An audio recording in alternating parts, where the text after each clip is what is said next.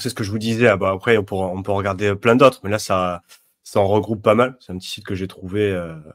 C'est des métriques bon, agrégées par les utilisateurs, mais bon, ça peut être sympa de les regarder avec les indicateurs de top de bull market. On est d'accord. Vendre au top, bien évidemment, ce qu'on voudrait tous faire, mais dans l'idée, ça te donne déjà une tendance d'où on en est. Et en fait, sur ces 30 indicateurs que regarde ce tableau agrégateur, non, ce qu'on dit, il n'y en a aucun qui a atteint. C'est un peu comme une prise de sang. Hein. Tu as la valeur actuelle, la valeur de référence pour dire au-dessus ou si on est au-dessus, égal, en dessous, égal à telle valeur, c'est considéré comme un signe de top. Et pour l'instant, il n'y en a aucune qui a flashé. Il n'y en a aucune qui a touché cette zone où on se dit ok, là c'est un top, notamment P-Cycle Top Indicator qui était assez bon pour prédire les tops, mais après puis le multiple, voilà, du technique, du on-chain, du RSI, bon voilà, Bitcoin dominance, choses comme ça. Voilà, vous voyez un peu ces agrégateurs que vous connaissez, d'autres peut-être que vous connaissez pas, mais dans l'idée, c'était juste pour souligner le fait qu'on n'a pas eu vraiment aucun des indicateurs historiques qui ont indiqué un top. Donc voilà, c'est une donnée comme ça. Et après, je voulais partager aussi sur les marchés classiques, en fait. Bon, il y a une partie prise de profit, il y a peut-être une partie hedge aussi, parce que bon, les gens, ça commence à paniquer aussi. Il n'y a pas que les cryptos qui sont dans le mal, hein, on est d'accord, le S&P 500, les marchés financiers, bon, il y a un petit FUD aussi, hein, on est d'accord, avec un risque de correction dans les trois prochains mois qui voilà, a atteint son plus haut depuis plusieurs années. Hein, donc là, on a par an avec 2020, parce que tu as parlé de la correction du Covid. Après, il y a eu peut-être 2022. Et là, en fait, depuis, ça fait 3 ans qu'on n'avait pas un risque aussi haut. Donc, vous voyez qu'on n'est pas non plus au plus haut. Mais bon, on commence à augmenter. Donc, il y a un peu de peur aussi sur la S&P 500. Ce qui fait que ça hedge aussi. Hein, ça sort des marchés à risque. Vous voyez sur les hedge funds, ils sont en train de dump tout ce qui est technologie et communication. Donc, c'est en général, c'est tout ce qui va être sur le Dow Jones, hein, pas le S&P 500, mais les valeurs technologiques hein, aux États-Unis. Et du coup, la crypto, c'est encore une extension de tout ça, donc encore plus risqué, de la technologie aussi. Donc en fait, c'est pas que la crypto, hein, c'est les marchés financiers, le S&P 500 et tout ce qui est technologie qui est en train de prendre encore plus cher que le reste. Et donc la crypto, c'est encore à droite sur la courbe de risque, donc on en prend aussi. Hein. Et là, voilà, pour descendre encore plus bas, par exemple AMD, MicroStrategy, qui sont en train de se prendre voilà 56%. Par rapport à moins d'un an, donc 56%, ça commence à piquer pas mal. Hein. Là, on parle d'une action d'entreprise AMD pour ceux qui connaissent. Donc, c'est pas voilà, c'est tout est lié maintenant. On n'est pas décorrélé de la crypto. Votre projet, l'altcoin, même si ça peut pumper dans un schéma narratif, il n'est pas décorrélé des cryptos en général, qui ne sont pas décorrélés non plus de la situation macro et de la santé des stocks, et notamment des stocks technologiques. Donc là, en ce moment, il y a un peu de peur aussi sur les marchés et les marchés actions. Donc, nous, on est corrélé à tout ça. Donc, forcément, ça prend aussi. Comme mon avis, il y a un peu de hedge aussi par rapport potentiellement à ce risque de correction. Et comme tu l'as montré, bon, je l'avais aussi, mais ça sort des ETF en fait. Donc, on a ces points de données aussi qui, c'est pas que la crypto qui prend cher en fait, c'est tout le monde qui a un peu de peur. Donc, à voir si c'est confirmé, pas confirmé, à voir ce qui se passe. On n'en sait rien. Mais dans tous les cas, voilà, je voulais vous présenter cette donnée. Où c'est pas juste votre portefeuille qui saigne, tout le monde prend cher. Hein. Tous les investisseurs, en général, à moins d'être sur des super niches ou des choses un peu décorrélées, pour le coup. Là, si vous êtes sur l'or, par exemple, vous êtes plutôt en positif, même en plus haut historique. Donc voilà, c'est un point important pour mettre un peu aussi de perspective non, avec tout ça. Et comme tu l'as dit, il va falloir avoir des convictions, hein, parce qu'au final, on n'en sait rien, ce qui peut se passer, effectivement, mais il y a toujours ce black swan au-dessus de la tête, à la grosse crise financière, qui va arriver, qui va remettre tout à plat. Bon, est-ce que ça sera partiel, total est-ce que ça arrivera? On n'en sait rien. Mais bon, là, c'est un peu le saut de la foi, non? Soit vous y croyez et vous rechargez et double down, soit vous dites c'est foutu, je sors, je conserve et je rentre, en fait. Mais il n'y a pas... Et les deux approches sont bonnes. Et les deux approches sont bonnes, ou alors j'ai déjà mon bac, j'attends, je sais pas trop ce qui se passe, j'ai pas forcément de liquidité, et c'est ok aussi. Mais en fait, il y a pas de solution miracle. C'est en fonction de comment vous le voyez, votre situation aussi. C'est pour ça qu'à chaque fois, on donne pas de conseils personnalisés, même pas de conseils tout court à l'investissement, parce que ça va dépendre de votre situation. Ça dépend tellement de paramètres. Ça vous donnera peut-être un angle de référence, mais bon, moi, j'ai pas beaucoup de charges mensuelles. J'ai pas de personnes à charge. Voilà, je suis quand même assez jeune dans tout ce qui peut se faire. Donc au final, tu vois, moi, mon intérêt, c'est de dire, de toute façon, cet argent, j'en ai pas forcément beaucoup plus à ce stade-là à investir, mais tant pis, je fais ce que je sais faire, la crypto. Je suis peut-être pas un pro mondial du trading à tout comprendre, mais au moins c'est le marché que je maîtrise le mieux dans l'investissement. Voilà, j'ai quand même 5 ans d'expérience. C'est là où j'ai le plus appris, où je suis tous les jours. Donc au final, je continue là-dessus et on verra bien, tu vois. Mais c'est vrai que je suis prêt potentiellement à perdre encore plus. Et s'il faut attendre, on attendra. Mais tant pis. J'ai des convictions. Moi, je pense encore une fois qu'on n'est pas en bear market, qu'on n'est pas rentré en bear market. Du coup, j'agis en accord. Tu vois, je continue à en recharger. Là, on va peut-être avoir le bonus qui tombe, à voir si ce qui se fait cette année. Mais dans tous les cas, tout ce que je pourrais mettre, je continuerai de le mettre parce que voilà, j'étais peut-être avec le recul un peu trop frileux en bear market parce que bon, il y a aussi d'autres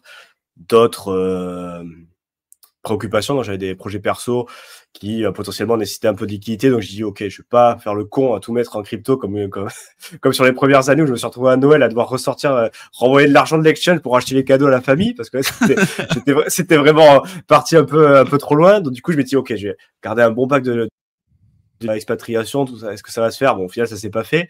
Et bon, j'ai pu réinvestir un peu de cash que j'aurais pu. Mais bon, au final, tu vois, c'est perso parce que j'avais des projets perso où je me disais j'aurais peut-être besoin d'un fonds de roulement un peu plus important. Du coup, je vais pas non plus tout mettre dans la crypto parce que sinon après je vais me retrouver dans la merde. Bon, au final, j'en ai pas eu besoin, mais c'est des situations personnelles. Donc très certainement, vous avez quelque chose de totalement différent. Donc, il faut agir en conséquence aussi. Et prenez pas, par exemple, les mecs qui disent il faut investir, faire des rotations, vendre, se concentrer. Si vous avez plus de liquidité et que vous n'avez pas forcément trop de temps dans l'écosystème à passer non plus, c'est contre-productif. Donc, voilà, c'est un peu il va falloir, c'est un moment de réflexion aussi par rapport à ce qu'on veut faire pour la suite. Ok, bon, là, on rentre dans le dur. Comment on voit le truc, tu vois. Bon, c'est peut-être pas aussi simple que ça. Comment je réagis par rapport à ce que je sais sur le moment, quoi. Et ça sera facile après de se dire, parce que là, on a un peu d'indécision, mais dans 2-3 mois, à mon avis, on aura un peu de réponse. Est-ce qu'on part en bear market, est-ce qu'on part vers le haut? Et à ce moment-là, ça sera facile de se dire, ah putain, si je savais, le 28 février 2000, peut-être j'aurais dû vendre ou j'aurais dû recharger si j'avais su, parce que ça arrive. Hein. Moi, pareil, quand on est rentré dans le Bitcoin, avec le recul 5 ans avant, tu te dis putain, mais si j'avais su, j'aurais vendu la maison, j'aurais pris des prêts travaux. À cette époque-là, ça valait pas du tout ça. C'était pas du tout. Non, mais tu vois, tu avais le recul en disant, oui, maintenant, si je le savais, si je revenais avec cette info-là, oui, je prenais, je sais pas, tout ce que je pouvais des banques, je foutais tout sur Ether à moins de 200 balles et puis c'est bon, c'était fini. Mais on savait pas. Donc voilà, on a fait ce qu'on a fait. C'est comme ceux aussi qui te disent moi si j'avais su j'aurais acheté du Bitcoin en 2011. Mais non, tu l'aurais acheté en 2011, tu l'aurais vendu en 2012 en bear, où tu te serais fait hacker, tu aurais tout perdu et aujourd'hui tu resterais que dalle, tu vois. C'est la réalité pour beaucoup de personnes, mais tu vois, il y a la théorie, il y a la pratique. Et il y a une remarque de Pierre que je trouve intéressante quand je disais tout à l'heure en fait que tu achètes à 2500 ou à 3500 balles, par exemple, le Bitcoin au dernier cycle, au final, ça ne changerait pas grand-chose.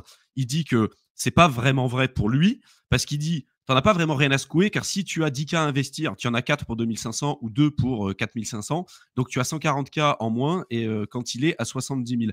Là, tu prends le cas d'un scénario d'un mec qui achète avec 100% de son bag le bottom et qui revend avec 100% de son bag le top. Ça, c'est dans la théorie. Dans la pratique, ça n'arrive jamais. Voilà.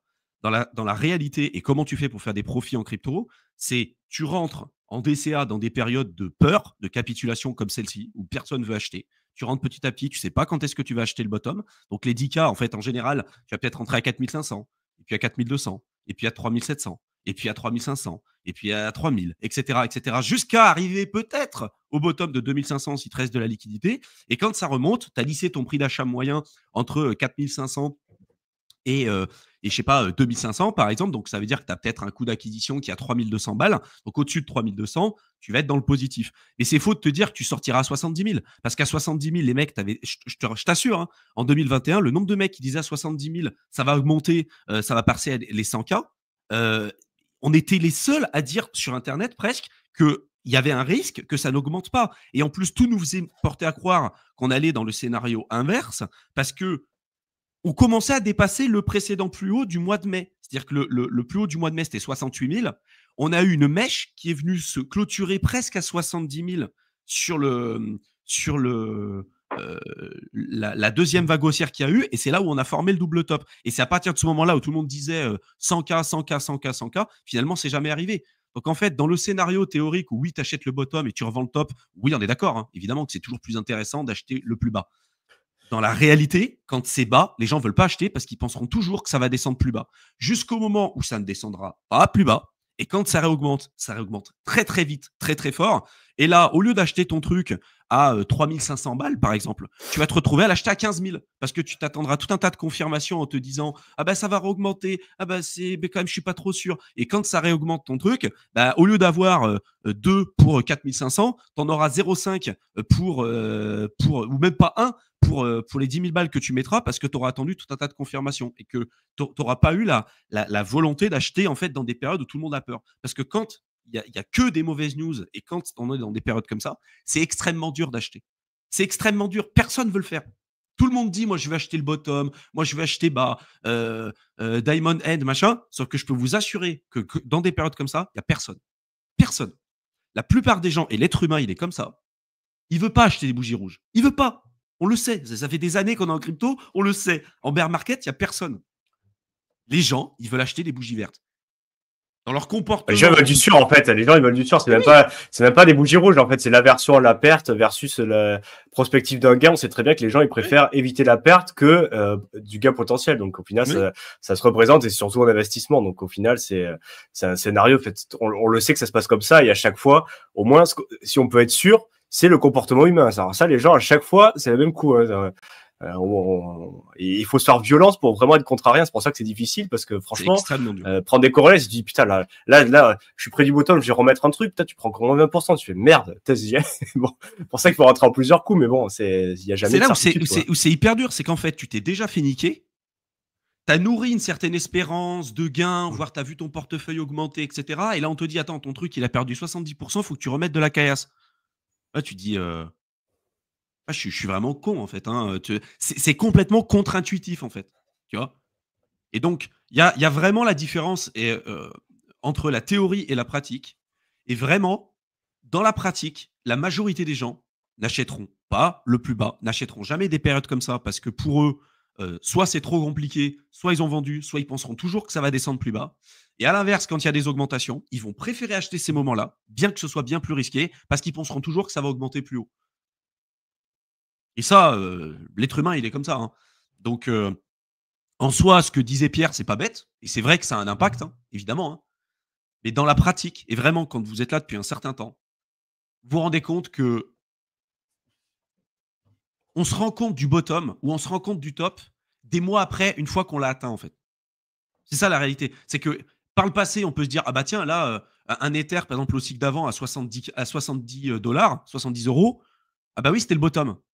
Je peux vous assurer que quand nous, on disait sur YouTube qu'on achetait de l'Ether, même à partir de 100 balles, quand on a dit aux gens 100 balles, ça semble être un bon bottom, et qu'on s'est fait insulter en disant ah, c'est de la merde, ton truc, il était à 1400 balles il y a un mois, il y a un an, là, il est à 100 balles, tu dis aux gens d'acheter, et qu'en plus, ça a continué de baisser, quand ça a continué de baisser jusqu'à 70, mais on s'est fait éclater, mais sur tous les réseaux.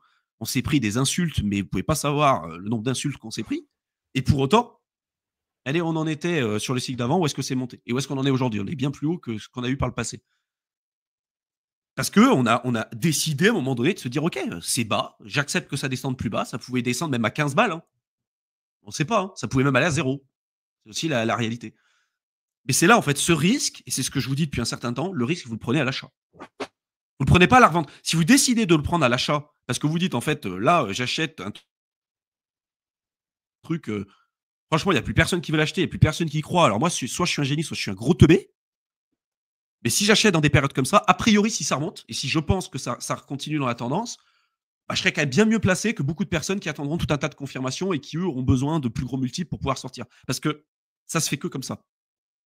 Et dans tous les cas, il n'y aura aucune vérité, et que peu importe l'approche que vous allez décider de prendre, si c'est la meilleure décision que vous pouvez prendre aujourd'hui, que ce soit vendre, acheter ou ne rien faire, ça sera la meilleure décision.